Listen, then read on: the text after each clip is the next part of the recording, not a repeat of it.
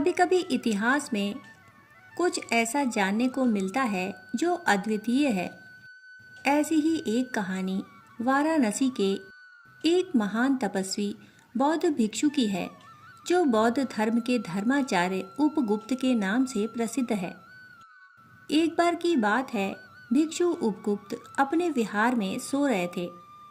अकस्मात उन्हें घुंघरू के बजने का आभास हुआ। गौर करने पर पता चला कि नूपुर की छनछनाती ध्वनि उनकी तरफ बढ़ती चली आ रही थी। थोड़ी ही देर में श्रावस्ती की अत्यंत सुंदर नगर वधू वासव दत्ता उनके समक्ष उपस्थित थी।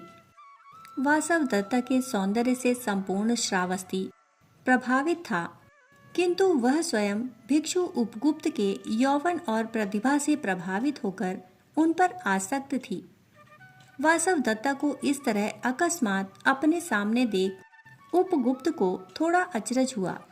उन्होंने पूछते हुए कहा, नगर सुंदरी का आज बौद्ध विहार में कैसे आना हुआ? वासव दत्ता ने विनम्रता से कहा, हे नाथ, मेरी आपसे विनती है कि आप मेरे भवन पधार कर मुझे कृतार्थ करें। मैं चाहती हूँ कि आप इन कंदराओं में कुंठित ना हों, बल्कि मेरे साथ दुर्लभ भवनों का आनंद लें। हे नाथ, ना जाने क्यों मैं आपके सौंदर्य दीप्ति पर पतंगे की तरह मुग्ध हूँ। प्रेमाश्रु पोंछते हुए वह बोली, मेरे प्रेम का सम्मान कर मुझे पवित्र करें। उपगुप्त ने बड़े ही विनम्र भाव से कहा, हे देवी, जिस ज्योति पर आप मुग्ध हो रही हैं, वह ज्योति आप में भी विद्यमान है। रही बात मेरे आने की, तो जब मेरे आने का सही समय आएगा तब मैं अवश्य आऊँगा, यह मेरा वचन है। उपगुप्त के उत्तर पर वासव दत्ता ने प्रतिप्रश्न करना उचित न समझा और जैसे आई थी वैसे ही चली गई। दिन पर दिन बीतते गए। जब भी मौका मिलता, वासव दत्ता उपगुप्त से वही बात दोहराती और उपगुप्त भी वही पंक्ति दोहराकर चल देते। इस तरह काफी समय बीत गया। एक दिन भिक्षु उपगुप्त एक नगर से दूसरे नगर को जा रहे थे। पथ के किनारे पर उन्हें एक बुढ़िया बेसुध पड़ी दिखाई दी। उसका पूरा शरीर छूत की बीमारी से पीड़ित था। भिक्षु उपगुप्त ने अपने कमंडल से जल हाथ में लिया और बुढ़िया के मुख पर छिड़का। शीतल जल के छींटे पड़ने से बुढ़िया को होश आया और वह बोली, हे करुणानिधि, आप कौन हैं जो मुझ अछूते की सेवा कर रहे हैं? नगर वासियों ने तो मुझे छूत के भय से नगर की सीमा से बाहर फेंक दिया, परंतु आप अब भी मेरी शुश्रूषा में लगे हैं। कौन हैं आप? भिक्षु उपगुप्त ने उसे सहारा देते हुए एक पेड़ की छांव में बिठाया। वासव दत्ता की यह दशा देख उपगुप्त की आंखें करुणा से छलछला उठी।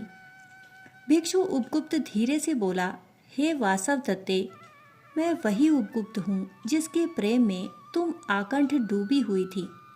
मैं अपने वचन के अनुसार लो तुमसे मिलने आ गया। वासव दत्ता, हे नाथ, अब क्या प्रयोजन मिलने का? ना मैं आपके काम आ सकती हूँ, ना मेरा शरीर ही सुंदर है। इतना कह वह रोने लगी। आत्मभाव से युक्त भिक्षु उपगुप्त का मुख तेज से दीप्तिमान हो उठा। वह मुस्कुराते हुए बोले, हे वासव दत्ते, यही मेरे आने का सही समय है। ना तो मुझे तुम्हारे शरीर से कोई प्रयोजन है, ना ही तुम्हारी सुंदरता से प्रेम है, परंतु हे वासव दत्ते, मुझे तुमसे उतना ही प्रेम है जितना कि मुझे स्वयं से है। शरीर के बंधनों को छोड़ दो और मेरे साथ हो जाओ।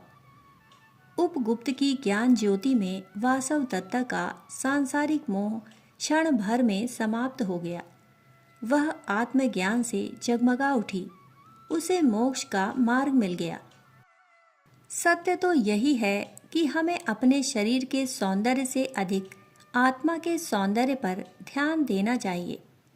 सद्गुण, सद्विचार और सद्कर्मों के समन्वय से ही आत्मा को सुंदर बनाया जा सकता है।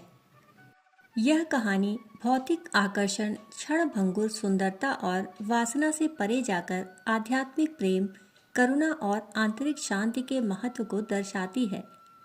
यह बताती है कि कैसे एक महान शिक्षक उपगुप्त अपनी निस्वार्थ सेवा से एक साधारण गणिका वासव दत्ता का जीवन बदल सकते हैं, जिससे उसे सच्चा सुख और मुक्ति प्राप्त होती है। दोस्तों, कहानी सुनने के लिए आप सभी का बहुत बहुत आभार। फिर मिलते हैं एक और कहानी के साथ। तब तक के लिए धन्यवाद।